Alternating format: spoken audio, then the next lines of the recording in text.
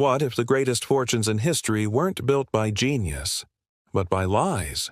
From fake empires to billion-dollar dreams that never existed, these are the biggest scams that fooled the world. Turn 10. The Great Diamond Hoax of 1872. Imagine two dusty prospectors walking into San Francisco's most elite banking offices, tossing a handful of diamonds on the desk, and claiming they'd found the richest deposit in American history. That's exactly what happened in 1872 when Philip Arnold and John Slack convinced the country's wealthiest investors, including bankers generals and even members of Congress, that they had discovered a secret diamond field somewhere in the Wild West. The two men played their roles perfectly, rough, silent, and suspicious as if protecting a priceless secret. They even took investors out to a remote site in Wyoming, where they had secretly seeded the ground with purchased gems from London and Amsterdam. When the men started digging and found diamonds, rubies, and sapphires glittering in the soil, the investors went wild. Millions of dollars were poured into a new company called the San Francisco and New York Mining and Commercial Company. But here's the twist. It was all fake. Geologist Clarence King, one of the founders of the U.S. Geological Survey, got suspicious. When he inspected the site, he realized the gemstones had been scattered on the surface in a way no natural deposit could exist. The soil was too shallow, and the stones were too perfect. Within days, the con was exposed, and the investors, who had included some of the smartest businessmen in America, realized they'd been completely duped. Arnold and Slack had already cashed out, taking their profits and vanishing before the law could catch up. The Great Diamond Hoax became a national embarrassment, a reminder that greed can make even the sharpest minds blind. What made it work? Timing. The gold rush had just ended, and everyone was desperate for the next big thing. Investors wanted to believe in another miracle, and Arnold and Slack gave them exactly what they wanted. Hope wrapped in glitter. Number 9. The South Sea Bubble, 1720. 3 centuries earlier, another scam swept across Britain, and this one nearly destroyed the entire economy. The South Sea Company promised investors unimaginable wealth. It claimed exclusive rights to trade with the Spanish colonies in South America, a region everyone believed was dripping with silver and gold. The pitch was irresistible. Buy shares now, and your profits would multiply 100-fold once trade began. Aristocrats, merchants, even members of Parliament threw money into the company like it was a golden lottery ticket. The stock price skyrocketed from $100 to over $1,000 in just months. People mortgaged their homes, sold family estates, and borrowed every penny they could to get in. But there was one problem. The company didn't actually trade anything. Its exclusive rights were largely imaginary. Spain had little interest in opening trade, and the company's ships barely left port. The executives running the South Sea Company were manipulating the market behind the scenes, issuing false reports, bribing politicians, and hyping rumors to keep prices climbing. Eventually, the bubble burst. The stock collapsed, fortunes evaporated overnight, and thousands were ruined. Even Isaac Newton, yes, that Isaac Newton, lost the equivalent of millions of modern dollars. He famously said afterward, "I can calculate the motions of the heavenly bodies, but not the madness of men." The South Sea Bubble remains one of the earliest and most devastating examples of how mass psychology, greed, fear, and hype can fuel a financial disaster. In modern terms, it was the 18th century version of a crypto crash or a Ponzi scheme, just without the internet. And it taught one timeless lesson. When everyone believes something is too good to fail, that's when it's already collapsing. Figure 8. Charles Ponzi and his infamous scheme, 1920. When you think of the word Ponzi scheme, you were literally saying the name of a man whose scam became the blueprint for every financial fraud that followed. In 1920, Charles Ponzi arrived in Boston with a charming smile, a thick Italian accent, and a promise that seemed impossible to resist. He could double your money in 90 days. His method? a complex-sounding plan involving international postal coupons, little certificates that could be exchanged for stamps in different currencies. He claimed he found a loophole that let him buy cheap coupons in one country and redeem them for more valuable ones elsewhere. It sounded technical, legitimate, even genius. And when early investors actually got paid, word spread like wildfire. Ordinary workers, small business owners, and even police officers poured their savings into Ponzi's company. Newspapers ran glowing stories about the financial wizard of Boston. Within 6 months, Ponzi was taking in millions of dollars, the equivalent of over $250 million today. But the truth was brutal. There was no real investment happening at all. Ponzi simply used money from new investors to pay off old ones, creating the illusion of success. It was a financial house of cards, and every time he paid a profit, it only made more people desperate to join. The scam grew so big that Ponzi bought a mansion, luxury cars, and even tried to buy a bank. But when skeptical journalists started investigating, the math didn't add up. There weren't enough postal coupons in the entire world to support his operation.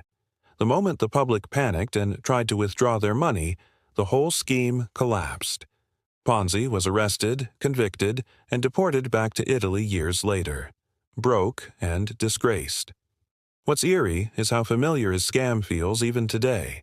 From Bernie Madoff's billion-dollar fraud to crypto rug pulls, the formula hasn't changed in a century. Promise steady profits, deliver quick returns to build trust, and then vanish before reality hits. Ponzi's name lives on not as a man, but as a warning. Proof that greed and charisma are a dangerous mix. Number 7. The Salting of the Brilliance Gold Mine, 1990s. Fast forward to the 1990s, when modern investors fell for a 21st century version of the same lie. Only this time, it involved literal gold dust. In 1993, a small Canadian mining company called Brilliance Minerals announced the discovery of a massive gold deposit in the jungles of Busan, Indonesia. It was supposedly the richest find in history, tens of millions of ounces of gold buried deep underground. Stock prices exploded overnight. Investors from Toronto to Wall Street scrambled to buy in. Geologists called it the gold find of the century. The company's valuation jumped from pennies to billions. The story had all the right elements: adventure, discovery, and impossible wealth. There were photos of executives helicoptering into the jungle, teams of miners working day and night, and samples glittering with gold flecks. But those flecks were the key. They were too perfect. In truth, the site manager, Michael de Guzman, had been salting the samples, sprinkling actual gold dust from jewelry shops into rock cores before sending them to labs for testing. Every test confirmed huge gold deposits, because they were testing fake samples. The deception was so elaborate that it fooled professional geologists, international banks, and even the Indonesian government.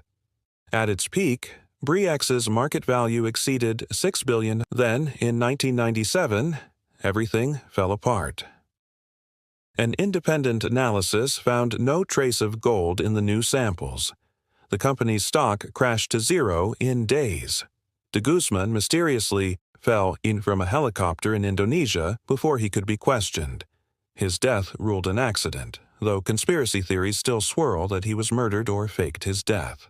The Brilliance scandal destroyed the savings of thousands of investors and became a case study in financial greed and corporate fraud. It proved that even with satellites, labs, and auditors, human trust, not technology, remains the weakest link. When billions are at stake, people stop asking questions and start believing in miracles. Number 6. Enron, the Corporate Mirage, 2001. At the dawn of the 21st century, America believed it was witnessing the birth of a corporate titan that would reshape the energy world. Enron was hailed as America's most innovative company, a Wall Street darling boasting soaring profits, futuristic ideas, and executives who spoke like prophets of a new economy. The company claimed it wasn't just selling electricity and gas. It was revolutionizing energy itself, turning it into something you could trade like stocks. Investors poured in billions, and the media treated Enron's CEO, Jeffrey Skilling, like a rock star of finance. But beneath the skyscraper-sized ego and buzzword-filled press releases, there was rot. Enron was not making money. It was hiding debt. Its accountants had created hundreds of shell companies and partnerships that kept billions in losses off the books. To the public, the company looked unstoppable. Inside, it was bleeding cash. Executives used mark-to-market accounting, which let them record future projected profits as real income. That meant they could build a pipeline, predict it would make $1 billion and record that as profit today, even if it never earned a cent. For years, the illusion worked. The company's stock climbed past $90, and employees were told to invest their retirement savings entirely in Enron shares. But when a few journalists and analysts started asking questions, the cracks widened fast. In 2001, the truth exploded. Enron's balance sheets were fraudulent, its profits imaginary, and its leadership corrupt to the core. Within weeks, the company filed for bankruptcy, wiping out $74 billion in shareholder value and devastating thousands of employees who lost both their jobs and life savings. Top executives, including Skilling and founder Kenneth Lay, faced trial for fraud and conspiracy. The once praised financial wizards were exposed as con artists who had built an empire on creative accounting and blind greed. The collapse sent shockwaves through corporate America, leading to the creation of new financial regulations like the Sarbanes-Oxley Act, designed to prevent another Enron. But perhaps the most tragic part? Many of the people inside did not realize they were part of a scam until it was too late. They believed in the illusion, just like the public did. Or 5. The Theranos blood testing fraud, 2010s. In the age of Silicon Valley miracles, one young woman promised to revolutionize medicine. Elizabeth Holmes, dressed in her signature black turtleneck, spoke with the calm conviction of a visionary. She told investors, journalists, and even the U.S. military that her company, Theranos, had built a device that could run hundreds of medical tests using just a few drops of blood. No needles, no labs, just a small machine called Edison. It sounded like something out of a sci-fi movie, and Holmes knew exactly how to sell it. She appeared on magazine covers, gave TED Talks, and was hailed as the next Steve Jobs. Billionaires lined up to invest. Rupert Murdoch, the Walton family, even former U.S. Secretaries of State like Henry Kissinger joined her board. Walgreens signed a massive deal to install Theranos testing machines in their stores. At its peak, the company was valued at $9 billion. But there was one small problem. The technology didn't work. The machines were wildly inaccurate, producing false results that could have put patients' lives at risk. To hide the truth, Holmes and her partner Sunny Balwani secretly ran most of the tests using regular commercial analyzers, while pretending the results came from their own device. Employees who questioned the system were fired or silenced. Whistleblowers described a culture of secrecy, intimidation, and deception. It all came crashing down when journalists from the Wall Street Journal began investigating the company's claims. By 2015, regulators uncovered the truth. Theranos had never produced a functioning product. The company was shut down, Holmes and Balwani were charged with fraud, and the billion-dollar genius was revealed as one of the biggest corporate scammers in modern history. What made it so effective was not the technology. It was the story. Holmes sold a vision that tapped into human emotion: fear of illness, hope for innovation, and the dream of changing the world. She didn't need real science. She just needed people to believe. And they did, until the illusion shattered. It took her 4. Bernie Madoff's $65 billion pyramid, 2008. For decades, Bernie Madoff was Wall Street royalty. He'd served as chairman of NASDAQ, mingled with billionaires, and was seen as the man who could deliver steady profits in any market. His hedge fund, run quietly and privately, was considered a safe haven for the rich. There were no flashy ads or aggressive pitches, just whispers. A friend of a friend would say, "Madoff can get you 10 to 12% a year, every year." That kind of consistency was unheard of, but because it seemed so stable and exclusive, it felt trustworthy. His clients weren't just millionaires. They were charities, universities, celebrities, and even Holocaust survivors. From New York to Palm Beach, Madoff's name was a symbol of financial genius. But behind that perfect record lay one of the largest Ponzi schemes in human history. Just like Charles Ponzi himself a century earlier, Madoff wasn't investing the money at all. He was recycling it. New investments paid off older ones, creating the illusion of success. His secretive structure kept auditors and regulators at bay, and his charm disarmed even the sharpest financial experts. By the early 2000s, he was handling billions of dollars. Yet even when a few analysts raised red flags, pointing out that his results were mathematically impossible, no one listened. The illusion finally collapsed in 2008 when the financial crisis hit. Investors began demanding their money back, and Madoff simply didn't have it. He confessed to his sons, "It's all one big lie." Within days, the FBI arrested him. The total losses? Roughly $65 billion. Families were ruined, charities collapsed, and trust in the financial world was shattered. What made Madoff an SE scam so devastating wasn't just the money. It was the betrayal. He'd spent decades cultivating personal relationships, convincing people that loyalty and trust mattered. His scam proved that in the financial world, sometimes the most dangerous person isn't the stranger offering quick profits. It's the friend who always delivers. Number 3. The FIFA Corruption Scandal, 2015. Now let's shift from Wall Street to the world's favorite sport, football. FIFA, the global governing body of soccer, was supposed to represent fair play and sportsmanship. Instead, for years, it hid one of the most sprawling and sophisticated bribery schemes ever uncovered. For decades, FIFA executives accepted bribes in exchange for lucrative broadcasting deals, marketing rights, and, most infamously, the hosting of the World Cup. Companies and nations desperate to win favor paid millions under the table. Votes for host countries were bought like auction items. It's how tiny, sweltering Qatar, with no football history and temperatures over 100 degrees, somehow beat out established nations like the US and Japan for the 2022 World Cup. In 2015, the scandal erupted when the US Department of Justice indicted dozens of FIFA officials. Early morning raids at luxury Swiss hotels led to handcuffed executives being hauled away under global media scrutiny. The investigation revealed over $150 million in bribes and kickbacks stretching across decades, involving TV contracts, sponsorships, and match fixing. It was corruption so deep that even insiders couldn't keep track of who was paying who anymore. What made FIFA's scam unique wasn't just its scale. It was its hypocrisy.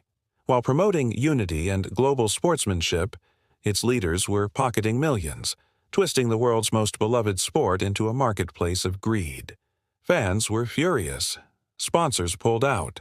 And for the first time, the world saw that even something as innocent as a soccer match could be tainted by backroom deals and brown envelopes. But the deeper lesson: power and trust are currency, and FIFA had both. When an organization controls something billions of people love, it doesn't need to sell you a dream. It already owns it. 2. The Volkswagen emissions scandal, 2015.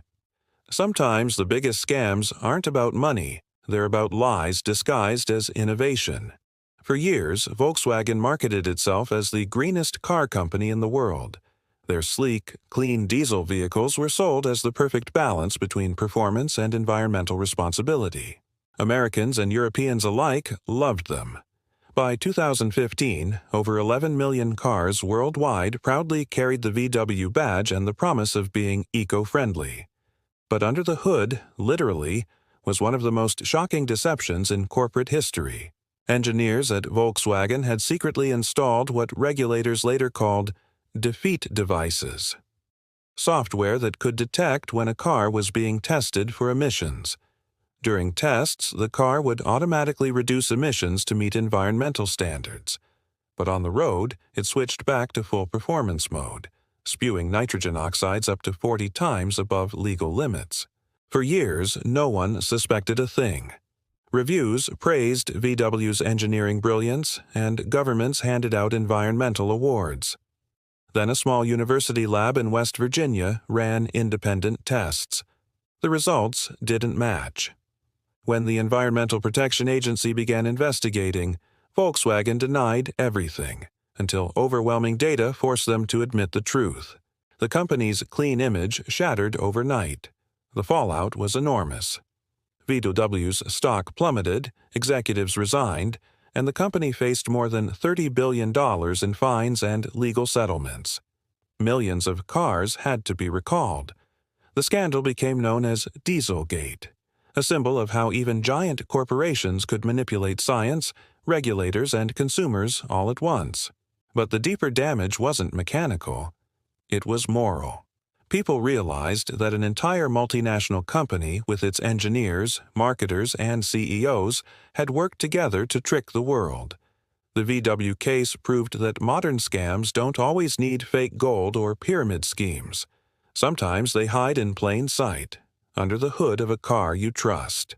Number 1. The housing bubble and the 2008 financial crisis. If every other scam on this list hurt thousands, this one crippled the world. The 2008 financial crash wasn't caused by one man or one company. It was a system-wide illusion, a global confidence trick powered by greed, arrogance, and denial. For years, banks had been handing out home loans to anyone with a pulse. No job, no savings, no problem. Lenders bundled these risky, subprime mortgages into financial products called mortgage-backed securities, complex investments that were sold to institutions around the world as safe and profitable. Credit agencies gave them perfect ratings, investors trusted them, and everyone made money until reality hit. Millions of homeowners couldn't pay their mortgages, and the supposedly safe investments turned out to be worthless. Major financial institutions like Lehman Brothers collapsed overnight. Global markets crashed. Trillions of dollars vanished, and millions lost their homes, jobs, and retirements. It was, without exaggeration, the biggest financial meltdown since the Great Depression. The real scam wasn't just in the bad loans, it was in the system that allowed it. Banks, regulators, and politicians all looked the other way because the profits were too good to question. Too big to fail became the world's most expensive illusion. Even after the dust settled and massive bailouts saved Wall Street from total destruction, the cost was staggering. Ordinary citizens paid the price through lost savings, foreclosures, and a decade of economic struggle. Meanwhile, many of the executives responsible walked away with bonuses. This was TA con run by a single trickster. It was a con built into the machinery of modern finance. And that, young's what makes it the greatest scam of all. It didn't just fool people. It made them believe it was normal. Across centuries, from fake diamonds buried in the desert to billion-dollar corporations manipulating reality, these scams share one chilling truth. Humans are the easiest thing to hack, not with code, but with hope. The promise of easy wealth, power, or progress blinds us faster than any lie. And history shows that no matter how much we learn, someone will always come along with the next too good to be true idea, and we'll want to believe it all over again. If you enjoyed uncovering these shocking cons and how they shaped our world, don't let this video disappear into the algorithm. Give it a like to show you smarter than history as scammers. Share it with a friend who still thinks get rich quick might work. And if you love exploring the hidden side of human history, hit subscribe and ring the bell so you never miss a story like this again. join our channel to get access to exclusive deep dives and behind-the-scenes discussions. And if you'd like to support our work directly, tap the Thanks button below. Every click helps us expose the next great lie before it becomes another headline.